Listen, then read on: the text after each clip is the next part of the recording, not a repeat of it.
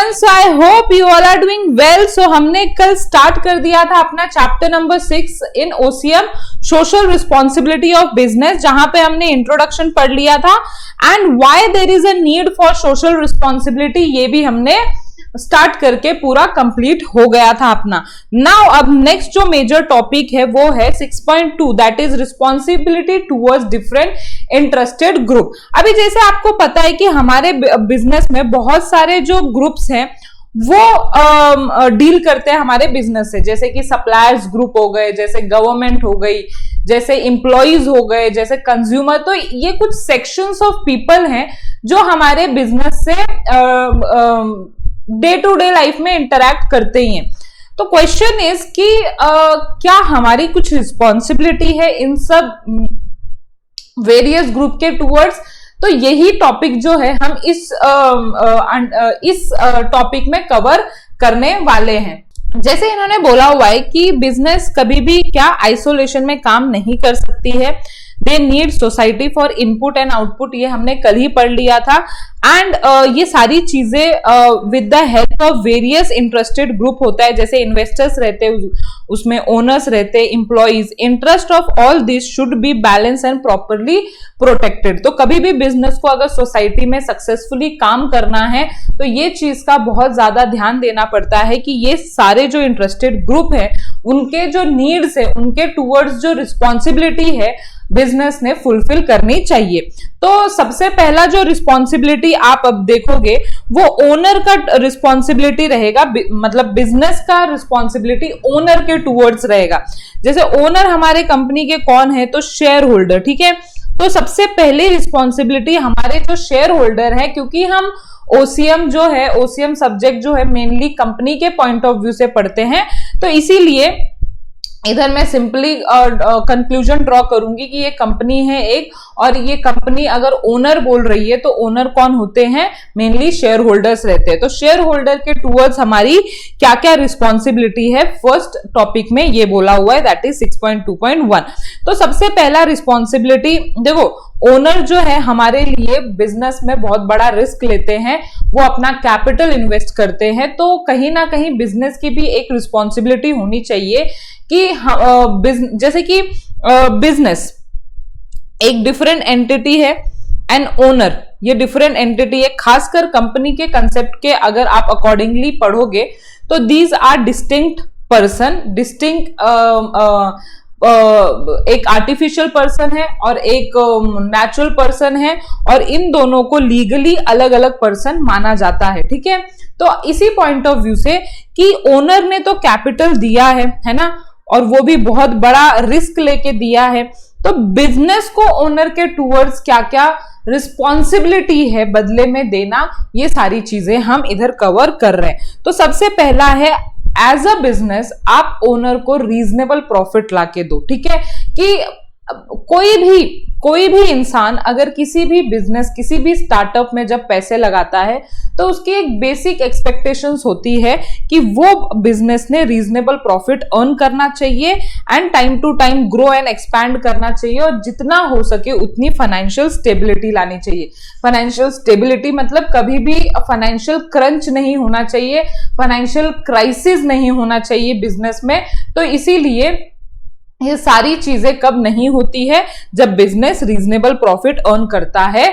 तो next one क्या दिया हुआ है कि बिजनेस ने हमेशा क्या ट्राई करना चाहिए, बिजनेस ने हमेशा ट्राई करना चाहिए कि बिजनेस अपॉर्चुनिटी, जो वेरियस अपॉर्चुनिटी मार्केट में अवेलेबल रहता है, जो जिसमें पोटेंशियल रहता है हाई रेट ऑफ इनकम कमाने का, जैसे कि मार्केट में जैसे न्यू टेक आती हैं, नए नए अपॉर्चुनिटीज आते हैं, तो लोग उसके पीछे क्यों पड़ते हैं, उसमें इन्वेस्टमेंट क्यों लगाते हैं, क्योंकि उससे ग्रो होने वाला है बिजनेस, एक्सपैंड होता है, ज्यादा रेट ऑफ रिटर्न्स हमें मिलेंगे फ्यूचर में।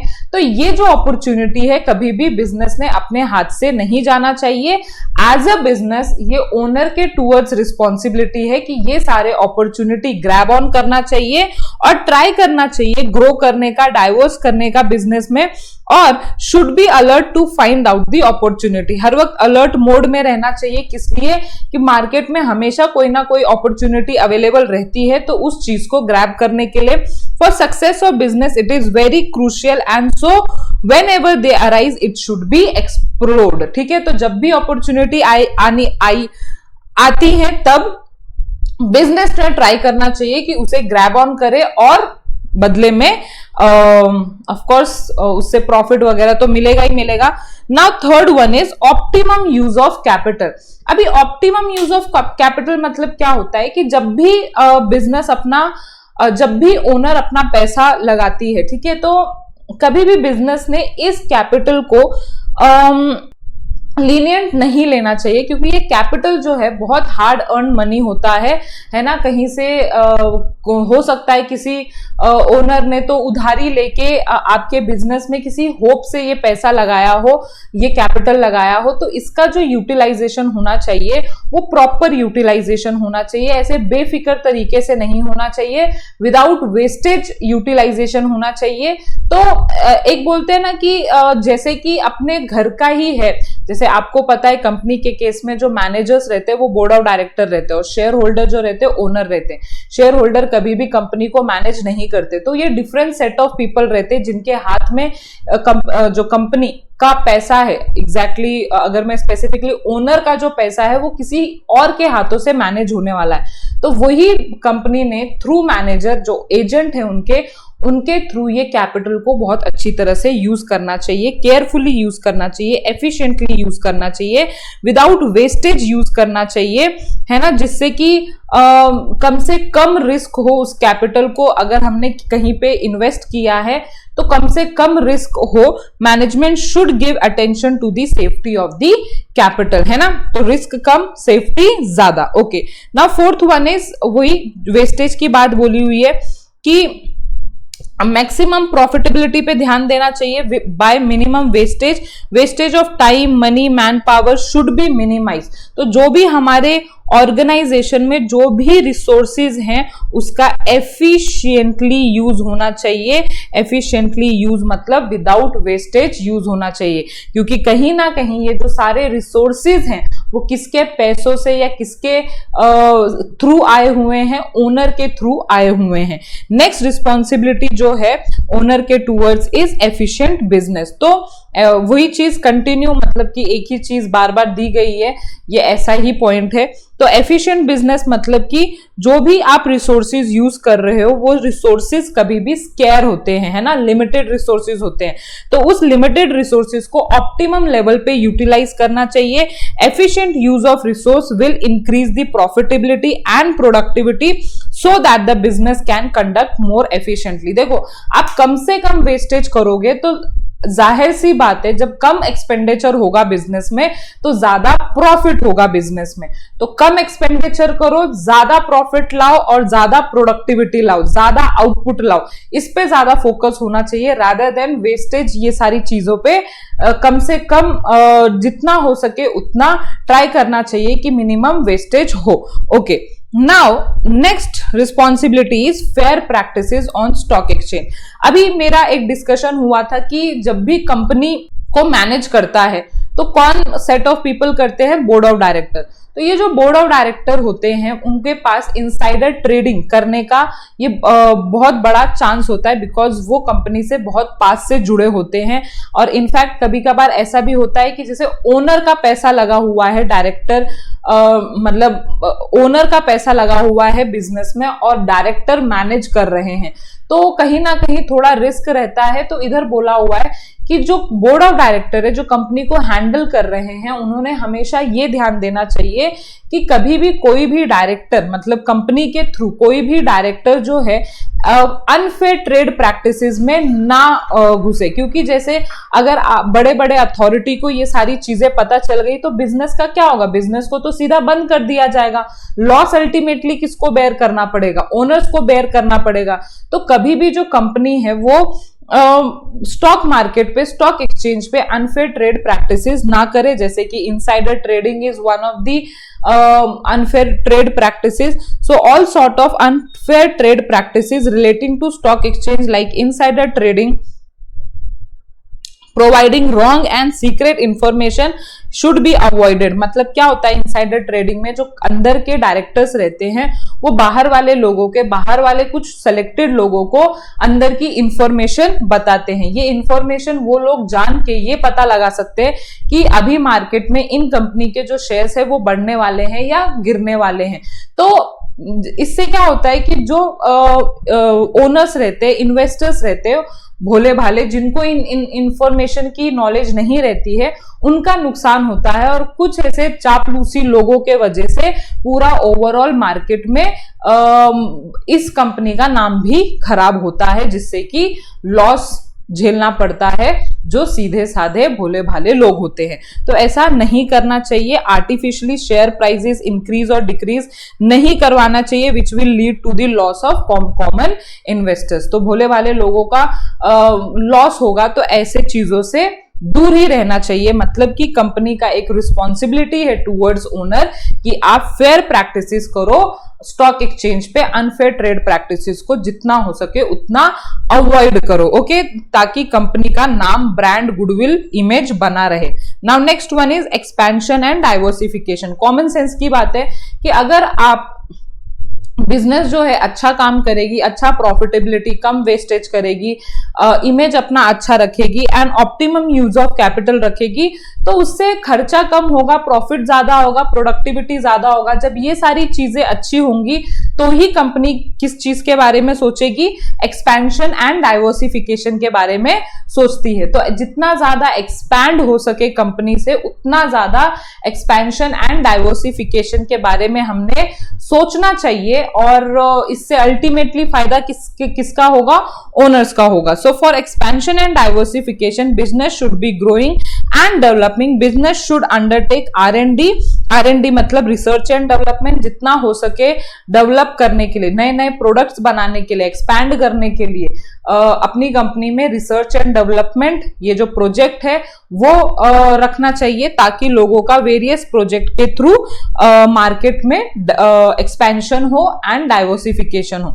Now what is the difference between expansion and diversification? तो एक्सपेंशन मतलब सीधा सीधा जब हम करंट प्रोजेक्ट में रह के और एक्सपैंड करते हैं, जैसे for example we are in automobile company, ठीक है, तो अगर मैं ऑटोमोबाइल कंपनी में ही मैं कोई और ब्रांड का ऑटोमोबाइल लॉन्च करूं तो I am doing expansion. And diversification मतलब क्या होता है, ऑटोमोबाइल को छोड़ के अगर मैं और कोई फील्ड में और कोई लाइन ऑफ प्रोडक्ट में अपने प्रोडक्ट को एक्सपैंड करूं। जैसे आपको पता है हिंदुस्तान यूनिलीवर बहुत सारे प्रोडक्ट बना रहा है, उसके कॉस्मेटिक भी हैं, उनके कुछ और अदर फील्ड के भी बहुत सारे प्रोडक्ट्स मिलेंगे, है ना। तो अगर आप करंट फील्ड को छोड़ के दूसरे फील्ड में आप ग्रो करते हो तो उसको डाइवर्सिफिकेशन बोलते हैं, और करंट फील्ड में ही आप और बढ़ना चाहते हो तो उसको हम एक्सपेंशन बोलते हैं, okay. Now 8th one is periodic information. So periodic information कहने का मतलब है कि जब भी ओनर आप बनते हो किसी कंपनी के, तो बिजनेस का एक रिस्पॉन्सिबिलिटी रहता है अपने ओनर के टूवर्ड्स कि जो भी अपनी कंपनी में हो रहा है हाल फिलहाल, उसकी सारी इंफॉर्मेशन टाइम टू टाइम किसको देना, टाइम टू टाइम अपने ओनर्स को देना। तो owner should get complete and accurate information about financial position. Business should disclose information through report, circular etcetera. Now next one is 9th one, effective use of owner's fund. तो जो भी मतलब कि फिर से रिपीटेड ही है कि जो भी आप कैपिटल यूज कर रहे हो, जो भी फंड ओनर्स के थ्रू आ रहा है, उसका यूटिलाइजेशन इफेक्टिवली होना चाहिए, बेस्ट पॉसिबल मैनर में होना चाहिए। It should give short term and long term rate of return in time, ठीक है।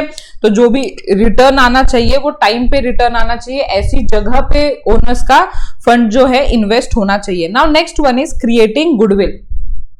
नाउ क्रिएटिंग गुडविल में क्या है कि जब भी बिजनेस काम करता है तो basic profitability, capital optimum utilization and देखो प्रॉफिटेबिलिटी इतना इजी नहीं है मार्केट में आज के टाइम पे, जब कंपटीशन है मार्केट में तो इतना इजीली आपको प्रॉफिटेबिलिटी का जो चीज है वो नहीं मिल पाता है। You need to create your goodwill image. जब तक ये सारी चीजें नहीं क्रिएट होंगी तो customer would not buy your product. तो मार्केट में ओनर्स बोलता है कि बिजनेस को हमेशा क्या ट्राई करना चाहिए, मेंटेन करना चाहिए गुड पब्लिक इमेज बनाने के लिए, and well reputed company command a lot of respect and trust in the market. तो जिस कंपनी के बहुत अच्छा मार्केट में गुडविल रहता है, ब्रांड इमेज रहता है, तो उन्हीं के पास जो है मोस्टली कस्टमर जाते हैं और उनके प्रोडक्ट को प्रेफर करते हैं। तो ऐसा कहना है ओनर्स का कि बिजनेस ने हमेशा गुडविल मेंटेन करना चाहिए, क्रिएट करना चाहिए, ऐसा ट्राई करना चाहिए। ओके, नाउ नेक्स्ट जो रिस्पॉन्सिबिलिटी हम पढ़ने वाले हैं वो पढ़ने वाले हैं towards investor. Now you will be shock ये देख के कि मैम इधर ओनर के टुवर्ड्स रिस्पॉन्सिबिलिटी और इधर इन्वेस्टर, कहीं ना कहीं ये तो एक ही माने जाते हैं ना। जो पैसा लगा रहे हैं वो भी इन्वेस्टर्स ही है, जो पैसा मतलब जो पैसा लगा रहे हैं वो ओनर भी है और इन्वेस्टर भी है। तो देखो डिफरेंस क्या है, प्लीज ये चीज ध्यान से सुन लो। ओनर मतलब कि शेयर होल्डर, ठीक है, और इन्वेस्टर मतलब ऐसे लोग जो किसी भी टाइप से इन्वेस्ट कर रहे हैं कंपनी में।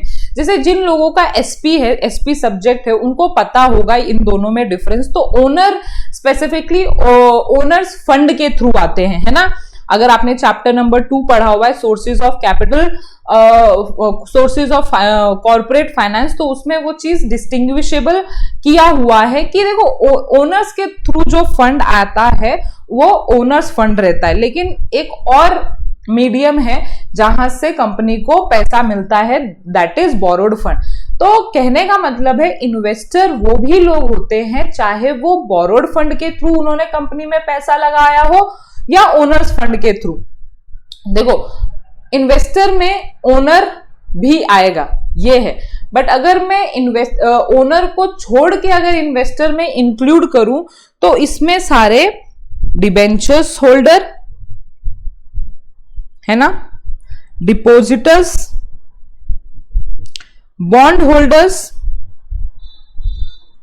और भी ईटीसी मतलब और भी जो बोरोड फंड में आते हैं, है ना, जो भी आपने एसपी में पढ़ा हुआ है। तो इन्वेस्टर मतलब आपने पैसा किसी भी मीडियम से लगाया हो लेकिन सिर्फ लगाया है, तो आप कंपनी के इन्वेस्टर बन जाते हो क्योंकि आपने कंपनी को पैसा दिया है।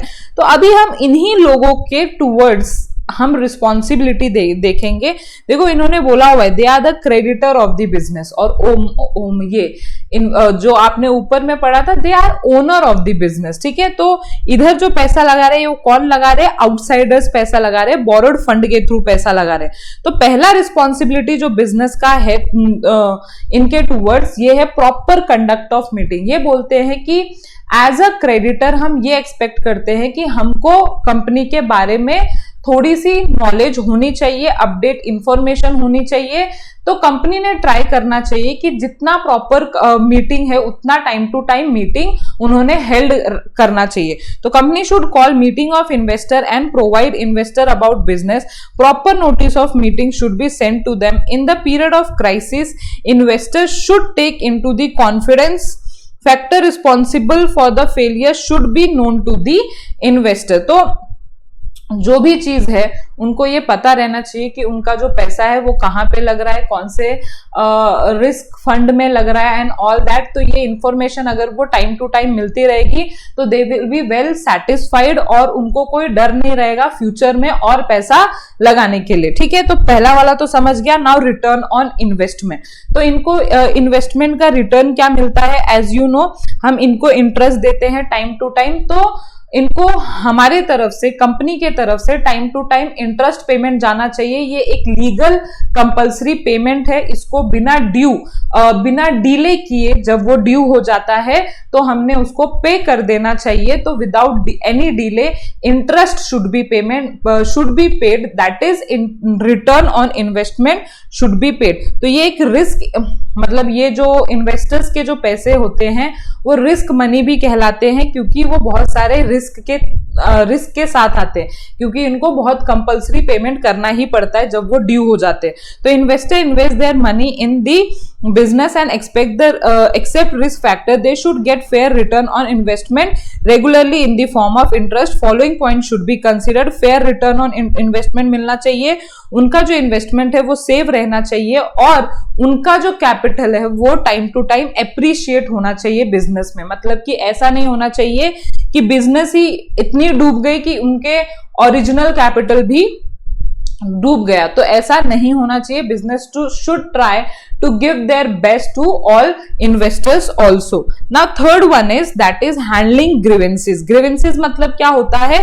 कंप्लेन। तो जब भी बिजनेस जो है अब इन्वेस्टर का पैसा यूज कर रही है, तो इनकी एक रिस्पॉन्सिबिलिटी होती है कि अगर ऐसे इन्वेस्टर के कुछ कंप्लेन्स है, कुछ क्वेरीज है, तो उनको प्रॉपर विदाउट एनी डिले उनको ट्रीट किया जाए, उनकी हैंडल किया जाए, उनके कंप्लेन को लिया जाए कि एग्जैक्टली उनको प्रॉब्लम क्या है, क्वेरी क्या है।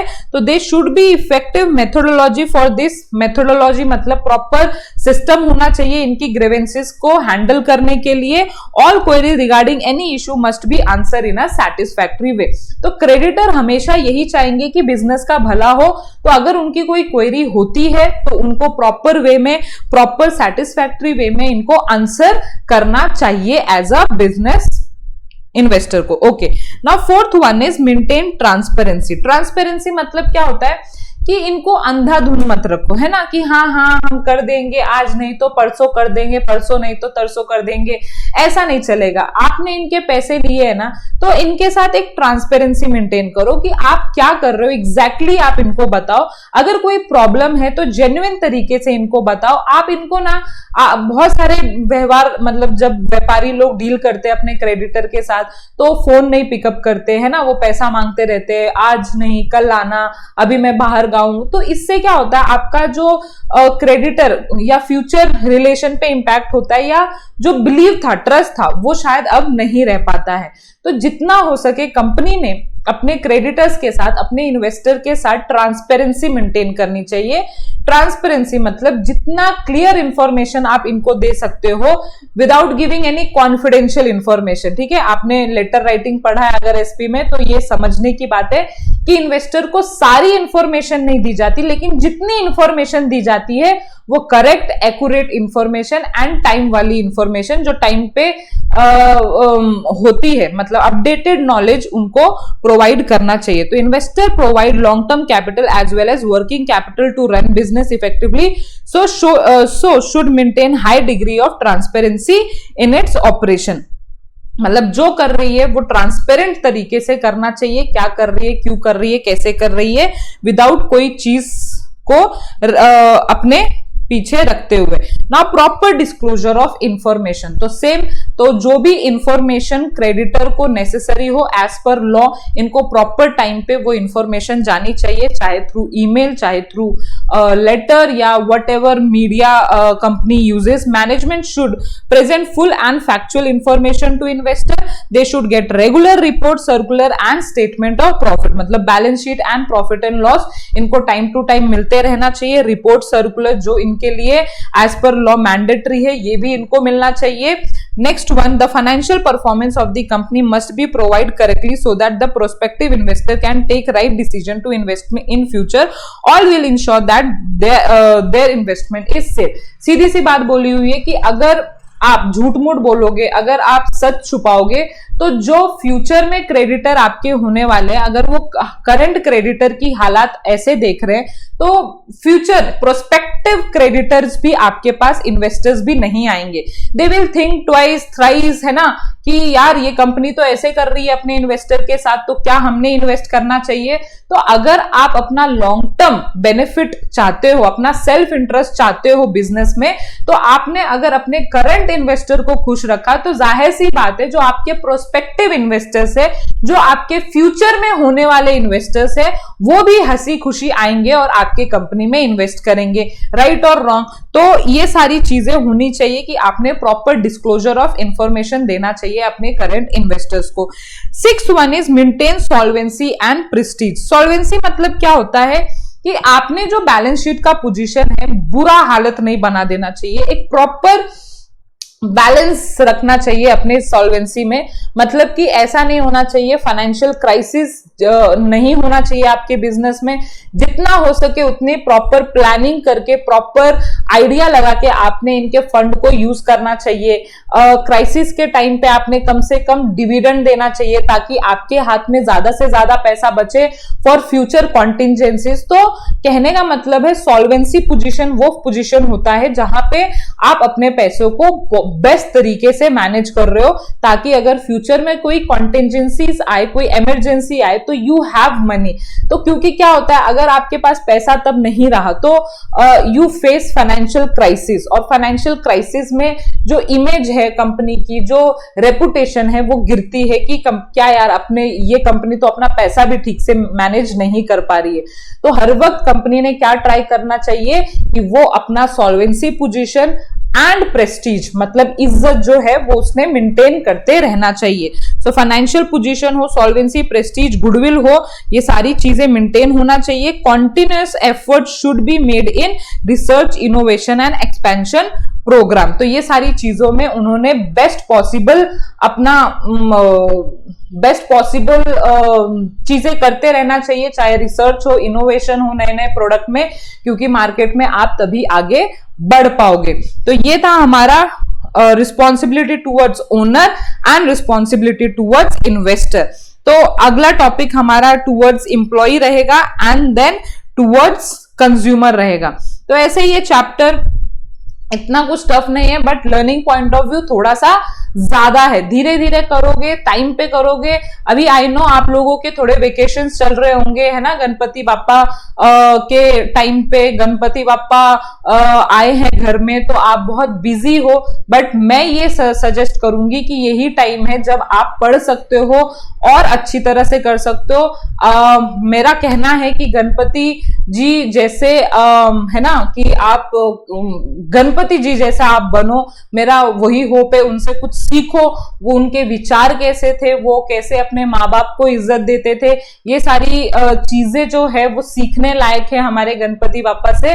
तो all the best guys and blessing from our SGCA academy की आप लोग सेलिब्रेट कर रहे हो गणेश चतुर्थी, और सेलिब्रेट करने के साथ ये मत भूलो कि यू आर स्टूडेंट और आपको पढ़ना जरूरी है ना। इतना मत खो जाओ उस सारे फेस्टिवल में कि आप सारे मोह माया को, है ना, मतलब कि मोह माया मतलब कि पढ़ाई जारी रख के ये सारी चीजें करना, टाइम को अच्छी तरह से यूज करना, क्योंकि एक बार टाइम चला जाता है तो वो वापस हाथ में नहीं आता है ना। तो ऑल द बेस्ट गाइज। तो हम नेक्स्ट लेक्चर में मिलते हैं और अपनी पढ़ाई कंटिन्यू रखते हैं। सो बाय बाय।